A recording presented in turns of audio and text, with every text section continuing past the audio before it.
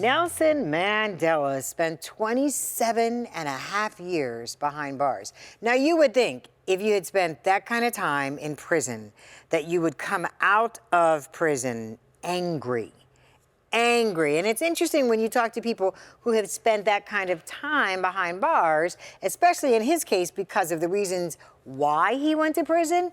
You would think you would have found a very angry, very bitter man, but that, in fact, is not who he was. In fact, I mentioned in a conversation earlier, as we were putting this show together, the first thing he did when we got to his hotel room that day was he made me a cup of tea.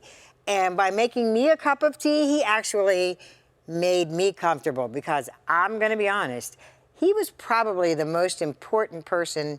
I don't know if he was the most important person in history, but one of the most important people in history that I ever had the opportunity to interview. And the interview still resonates with me today when he talked about his time in prison and his hopes for the future for his native South Africa. Your expectations, and what do you see as the biggest obstacles going into the meetings? The biggest obstacle is de Klerk and his regime, because they are, firstly, a minority government without legitimacy, without credibility.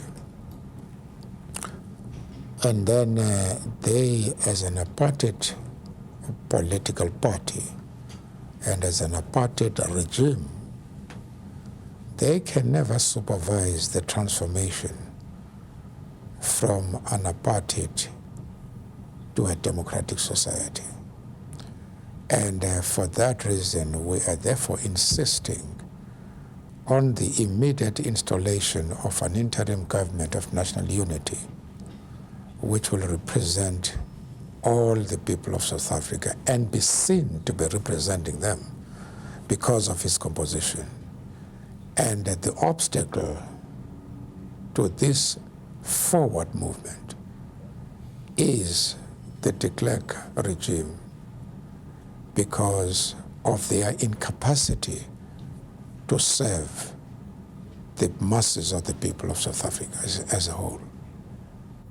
Certainly, organizations, African Americans in particular, have marched, protested in this country, everything from apartheid to supporting sanctions. What role do you see African American communities, businesses playing in the future in relations with South Africa? Well, it's talking about African American business, there is an important role which they can play. They have been exposed to techniques, knowledge, skills, to which we have not been exposed. We haven't got, we have hardly got a black businessman in our country who has any enterprise even coming close to some of the enterprises which African Americans in this country have been able to set up. And therefore, one of the contributions that could be made by black businesses in this country is skills transfers, the sharing with our businessmen their experiences. In fact, when I met black businessmen last Wednesday, this is one of the requests I made. I also asked, for a simple guide on the historical background of black business in this country, because I think we can profit a great deal, our business people can profit a great deal from such a history. I mentioned the meetings on the 20th and the 21st. Certainly there are a lot of expectations around the world to come from those meetings. I look at Nelson Mandela, the man, there have been a lot of expectations associated with you from the time you were in prison to your release and since that time.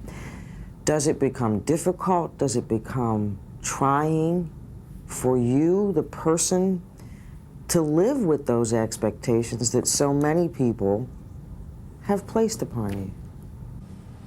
Well, we must correct a perception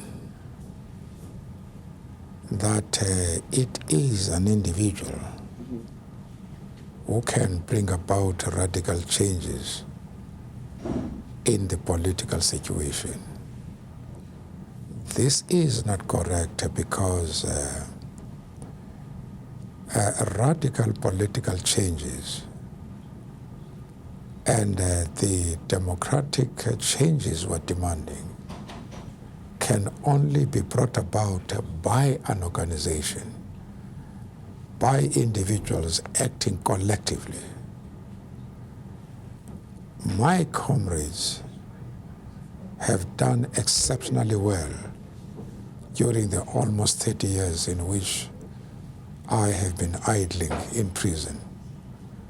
And what has happened is that coming out, I was able to add my bit, my contribution to that excellent spade work which was done by my comrades from abroad and others inside the country and still others inside prison because we had established channels of communication.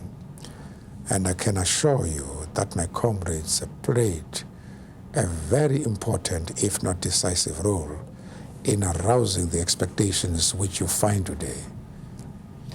I wonder, what do you say to children in South Africa about today and about tomorrow? The young people in our country have again played a very important role in keeping the fires alive whilst we're away.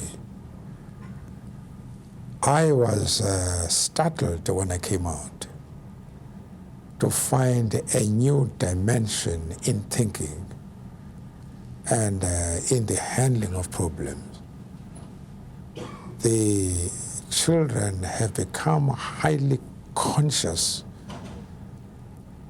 and with perceptions which are far advanced to anything I had experienced at the same age. We are saying the future is in their hands, but that there are certain precautions which they should take in order to ensure that they can serve their community. And one of these is to equip themselves with education.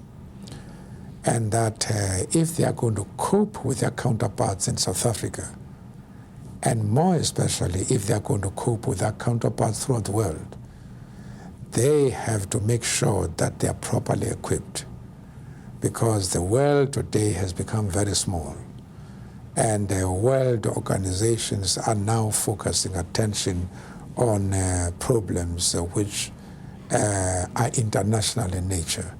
And therefore our youngsters are also going to try and work together with their counterparts in various parts of the world who have got better opportunities than our own children have. And therefore the question of education is of paramount importance to our children. And this is the message we're trying to give to them. And how that message resonates today. I'll be back in just a second with some closing thoughts, and I'll go away when the Lynne Hayes Freeland Show continues.